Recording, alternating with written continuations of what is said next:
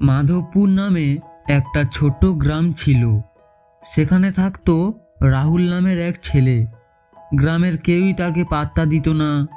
সবাই ভাবতো, ছোট্ট ছেলেটি কি বড় কিছু করতে পারবে?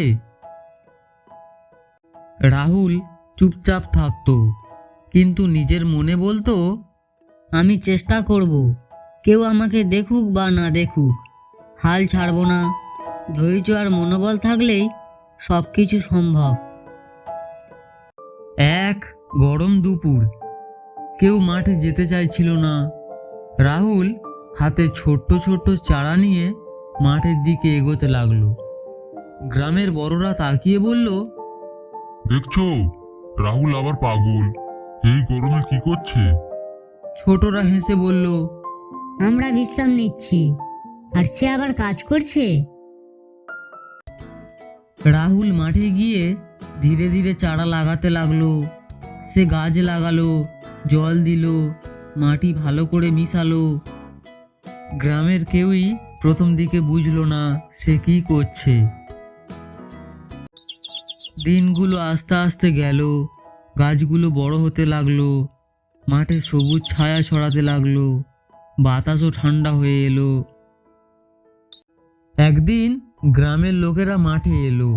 তারা দেখলো রাহুল গাছের কাছে বসে আছে, আর সব গাছ বড় হয়ে সুন্দর ছায়া দিচ্ছে।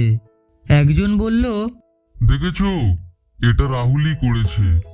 আরেকজন বলল, আমরা আগে হাসতাম, ভাবতাম ছোট ছেলে কিছু করতে পারবে না, এখন দেখি রাহুল একাই পুরো কাজ করেছে। গ্রামের সবাই রাহুলের কাছে এগিয়ে এলো। একজন বলল, রাহুল, আমরা বুঝতে পারিনি, এতদিন আমরা তোমাকে ভুল ভেবে এসেছি। তুমি সত্যি চমৎকার কাজ করেছো, আমরা আমাদের ভুল স্বীকার করছি। রাহুল হেসে বলল, আমি শুধু চেষ্টা করেছি, হার মানিনি, তাই আজ সবাই উপকৃত হয়েছে।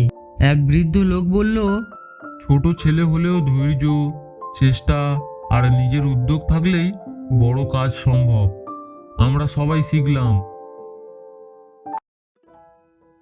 তো বন্ধুরা, জীবনে হাল ছেড়ো না, ছোট কাজ হলেও চেষ্টা করো। ধৈর্য, নিজের উদ্যোগ আর বিশ্বাস থাকলে যে কোনো কাজ সফল হয়।